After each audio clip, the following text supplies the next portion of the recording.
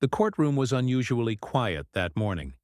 It was one of those small, old courtrooms that didn't have much to make it look important. The wooden benches were scratched and worn out from years of use. The walls were painted a pale cream color, but the paint had started to peel at the corners. A big window let in sunlight, but it wasn't enough to warm the room. The air smelled faintly of old paper, wood polish, and a little bit of dust. The judge's bench stood tall at the front, where the judge sat with a gavel in his hand, ready to keep order. People had come from the nearby town and surrounding areas to watch a court hearing about a child custody case. Some were social workers, some were people curious about the story, and others were reporters trying to get the latest news. But no one expected what was about to happen. The doors creaked open slowly, and everyone's eyes turned toward the entrance. A little girl, no older than 10, stepped inside. She was small and thin, wearing simple clothes that looked worn but clean. What caught everyone's attention was not just the girl herself, but what she was carrying in her arms. Wrapped carefully in a thin, faded blanket was a tiny baby, no more than a few months old. The baby was sleeping peacefully, his little face calm and soft. The girl walked slowly, her steps careful so she wouldn't wake him. She looked around the room, her big brown eyes meeting the gaze of the judge. There was a seriousness in her expression, something beyond her years. She wasn't just a child, playing with a doll or a toy. She was carrying real responsibility on her small shoulders. The judge, a man known for being strict and blunt, glanced at the girl. He raised an eyebrow and smirked. "What is this? A child bringing a child to court?" he said loudly, shaking his head. His voice was cold, and it echoed in the quiet room. The judge's words caused a ripple of laughter to spread among some of the adults present. They whispered to each other, making jokes about the girl playing house or acting like a mother. But the girl didn't smile or laugh. She didn't cry or show fear. She just stood there holding the baby tightly, her face calm but determined. She didn't seem like someone who wanted to cause trouble or make a scene. Instead, she looked like she had something very important to say, something no one else was hearing. The judge sighed, clearly annoyed by the disruption. "This is a court of law, not a playground," he said, looking down at some papers on his desk. "Why has this little girl brought a baby here? What nonsense is this?" But the girl didn't speak right away. She waited, as if gathering courage. The baby stirred in her arms, stretching tiny fingers, but she held him close to her chest. Then she looked back up at the judge and said in a soft but steady voice, "Your Honor, this is my brother." The room grew even quieter. The judge blinked, surprised. "Your brother?" he repeated, as if trying to understand. "What does that have to do with this case?" The girl nodded. "He's the baby I'm carrying. My name is Emily. I came here because I want to tell you about him and why I'm here." The judge leaned back in his chair, rubbing his chin thoughtfully. He wasn't used to children speaking in court, especially not like this. Most kids were scared or shy, but Emily spoke like she was used to standing her ground. Some of the people in the courtroom started to pay more attention. The social worker who had brought Emily in looked at her with a mix of worry and hope. She whispered to a lawyer nearby, "She's brave. She wants to be heard." Emily took a deep breath and held the baby closer. Her arms trembled slightly from the weight, but she didn't put him down or ask for help. She was there on her own, ready to face whatever would come. The judge finally spoke again, his tone softer now but still skeptical. "All right, Emily, tell us why you're here with your brother." Emily's voice grew stronger as she began to explain. She wasn't there to cause trouble. She wasn't trying to argue or fight. She simply wanted to be heard, to share her story, and to protect the baby she loved more than anything. As she spoke, the judge and everyone else listened quietly. What they didn't know yet was that Emily's story was going to change the way they saw her, and the baby, forever. The courtroom, still quiet after Emily's introduction, seemed to hold its breath as the judge looked down at the papers before him. The judge was a man used to making quick decisions. To him, this seemed like just another case of foster care and child custody, complicated and tiring. But Emily was not like the other children who came before him. She was standing there, small but brave, holding her baby brother in her arms. This was not something he saw every day. The social worker, who had accompanied Emily, gave a small nod to the judge. "Your Honor," she said quietly, "Emily has come to speak on behalf of her brother Noah. Their foster parents want to return Noah to the care of Child Protective Services. Emily is here to ask the court to allow her to keep him with her, or at least to make sure they stay together." The judge raised an eyebrow. "And this girl thinks she can take care of a baby?" he said sharply, looking at Emily as if she were a curious but unrealistic child playing at being a grown-up. "Do you even understand what you're asking? Taking care of a baby is a huge responsibility. You're only 10 years old." Emily didn't flinch. Her face was calm, but her eyes shone with quiet determination. "Yes, Your Honor," she said softly. "I understand." The judge leaned forward, resting his elbows on the desk, folding his hands. "Then tell me, Emily, why do you think you can take care of Noah? What makes you the right person for this?" The courtroom was silent, all eyes on the little girl. She took a deep breath, steadying herself, then began. "My mom. She wasn't good to us," Emily said, her voice barely above a whisper but full of meaning. "She used to leave us alone for days. I had to take care of Noah because no one else did. I fed him with what little food I could find. Sometimes I didn't even have enough for myself." Emily's words hung heavy in the air. The judge's expression softened just a bit, but he remained serious. "And what about your foster parents? Why don't you want to stay with them?" "They want to send Noah back to the system," Emily said. "But I can't let that happen. We belong together. I'm the only family he has. If we get separated, I don't know what will happen to him." She looked down at the baby in her arms and gently kissed his forehead. "I know it's hard to believe, but I've been taking care of him since he was born. I'm scared, but I do it because I love him." There was a quiet murmur from the courtroom audience. Some people looked surprised, others moved by her words. The judge stared at Emily for a long moment, then nodded slowly.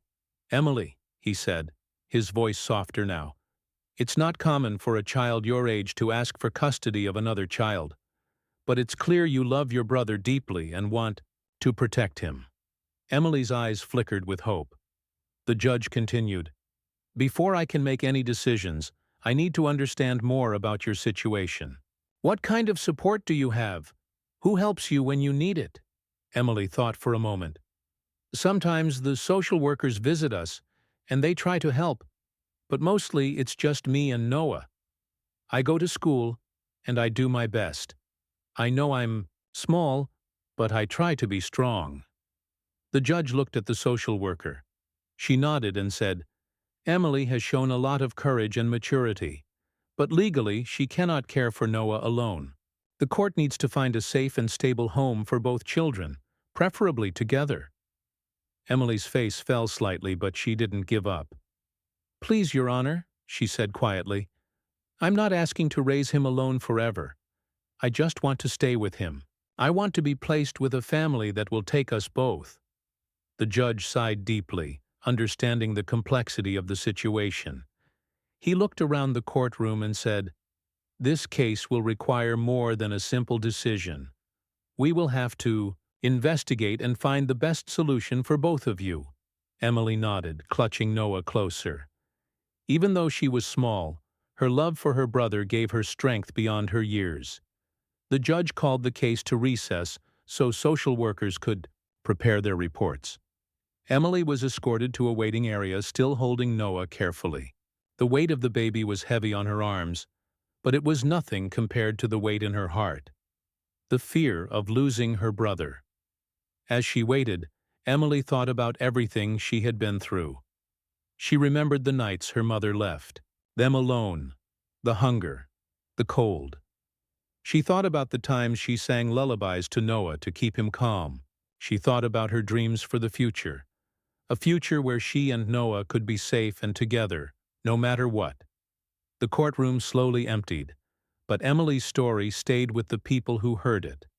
The judge, the lawyers, the social workers, they all realized that this was not just a simple case.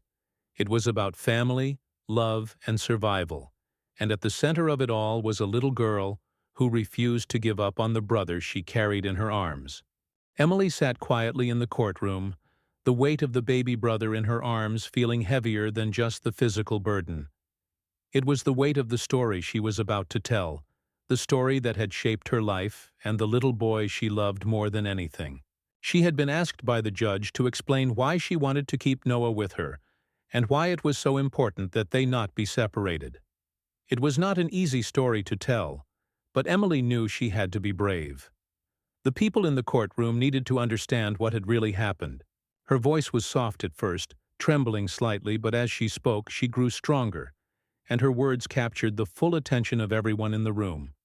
She began to tell the truth about their life before they came to foster care. "My mom wasn't like other moms," Emily said. "She used to leave me and Noah alone for days. Sometimes she would go out and not come back for a long time. She was sick with drugs. She didn't care if we were hungry or scared. We had to look after ourselves." She paused for a moment and looked down at Noah's tiny face, which was peaceful and trusting. "I was only a little older than now, but I had to be the one to take care of him. When Mom wasn't there, I fed him with whatever I could find. Sometimes milk, sometimes water. If I was lucky, I could find some bread or fruit to share. Most of the time I went hungry so he could eat." The judge and everyone else in the courtroom listened in silence, the weight of Emily's words filling the room. This wasn't a story made up for attention. It was real. It was a story of survival. Emily went on, her voice steady now, telling how many nights she stayed awake, rocking Noah to sleep by singing soft songs she barely remembered. "I didn't want him to cry because if he cried, the neighbors might call the police or social workers, and I was scared of what would happen then. But sometimes I cried too, when I thought no one was looking." Tears welled up in Emily's eyes, but she blinked them away quickly. She knew she had to be strong for Noah. "My promise to him," she said, "is that we will always be together, no matter what. I will never leave him alone like Mom did." The courtroom was still. No one whispered or moved. The judge, who had looked stern and impatient before, seemed touched. His eyes softened as he realized this little girl had been through more than most adults could imagine. Emily continued to explain how the foster parents who had taken them in were kind, but could not take care of Noah full-time. They said Noah needed special care because he was so small and fragile, and Emily needed to be in school and be a child. But Emily knew something else. She was the only person Noah really trusted. If they were separated, she feared Noah would lose everything that was familiar and safe. She told the judge how hard it was to share Noah with strangers. "Sometimes I would visit him, but it wasn't the same. He didn't know me like before. I felt like I was losing him." The social workers nodded. They had seen similar cases before, where siblings were separated because the courts believed it was best for them to be placed in homes that could care for them individually. But Emily's case was different. She was fighting with all her heart to keep them together. The judge asked gentle questions to understand better. "Emily, what kind of help do you get? Do you have anyone to help you care for Noah besides yourself?" Emily shook her head. "No, it's mostly me. The social workers visit, but I'm the one who feeds him, changes his diapers, keeps him warm." She looked at the baby again. "He's so little, but he depends on me for everything." The judge paused. He realized how much Emily had grown up too fast. This little girl, barely a child, had become a mother to her baby brother out of necessity. It was a heavy burden for anyone, especially someone so young. Emily's story made the courtroom see her in a new light. She wasn't just a child who brought a baby to court. She was a protector, a guardian, someone who had stepped up when no one else could. The judge leaned back and said quietly, Emily, your story is heartbreaking. It shows your strength and your love for Noah. But this court must also consider what is best for both of you in the long term. You cannot do this alone forever. Emily nodded, understanding that the judge was right. She didn't want to do it alone forever, but she wanted to make sure Noah would never be alone again. She told the judge she didn't want to be separated from Noah, that she wanted to be placed with a family that would keep them together and help take care of both of them. The courtroom felt the truth of her words, and even the judge seemed moved by the simple, honest hope of this little girl. As Emily finished, the judge thanked her for sharing her story. He told her that the court would do everything it could to find a way to keep her and Noah together, but it wouldn't be easy. They would have to investigate and work hard to make sure both children were safe and cared for. Emily felt a small spark of hope in her heart. She looked down at Noah's sleeping face and whispered, "We'll be okay, little one, I promise." The people in the courtroom, many of whom had been strangers to her moments before, now understood the depth of Emily's courage and love. Her story was not just about a little girl carrying a baby. It was about a bond stronger than fear, stronger than hardship. Emily's words would stay with them long after the hearing ended. And for Emily, it was the beginning of a new chapter, one where she would keep fighting for her brother's future, no matter what challenges lay ahead. After Emily finished telling her story, a deep silence filled the courtroom. It was the kind of silence that feels heavy with emotions that words cannot express.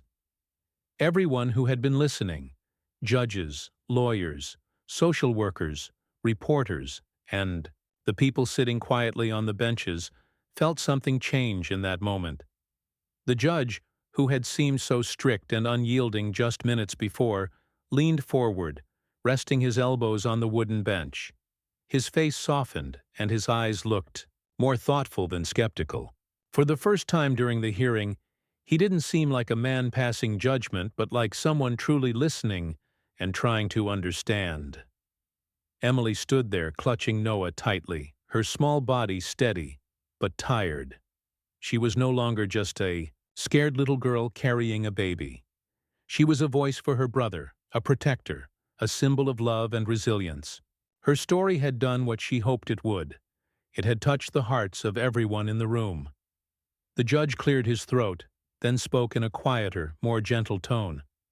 "Emily," he said, "you have shown a courage and strength that most adults could not imagine. You have faced hardships that no child should ever have to face." Emily looked up at him, her eyes wide but calm. She didn't expect praise, but it gave her a small comfort to hear. The judge continued, "It is clear to this court that your love for your brother is real and deep, and that you have done everything you could to protect and care for him." He paused, looking down at his notes, then back at Emily. "But as you have said, this court must find a way to make sure both you and Noah are safe, loved, and cared for in the long term." The courtroom was still, everyone waiting to hear what he would decide next. Emily took a deep breath. She wanted to say more but didn't know if she should. Then she remembered what she had come to say in the first place. "I don't want to adopt him, Your Honor," she said quietly but firmly. "I just want to stay with him. I want us to be placed together in a family who will take care of us both." The judge nodded slowly, clearly considering her words. He turned to the social worker who had been present throughout the hearing. "Is it possible to find a family that can take both children?" he asked. The social worker replied carefully, "It is difficult, Your Honor, but not impossible. Keeping siblings together is always a priority when it is safe and in their best interests." The judge looked back at Emily. "I am going to order that everything possible be done to keep you and Noah together. I cannot promise the outcome today, but this court will work hard to find the right home for both of you." Emily's heart lifted. For the first time, she felt like there was hope beyond the struggle. The judge then addressed the courtroom as a whole. "This hearing has reminded us all why family matters so much, not just the biological ties, but the bonds of love, care, and commitment. Some of the social workers wiped away tears. Even some of the lawyers, who were often seen as tough and unemotional, had their eyes glistening. Emily felt overwhelmed, but also proud. She had spoken for Noah when no one else could, and her words had made a difference. After the hearing was adjourned, Emily was led to a quiet room where she could rest with Noah. The social worker sat with her and talked softly, telling her that they were going to do their best for her and her brother. Emily felt exhausted, but also hopeful. She knew the journey ahead would be long and hard, but she also knew she wasn't alone anymore. For the first time, she let herself imagine a future where she and Noah could live without fear, where they could grow up together in a safe and loving home. As the baby stirred in her arms, Emily smiled softly. She whispered, "We're going to be okay."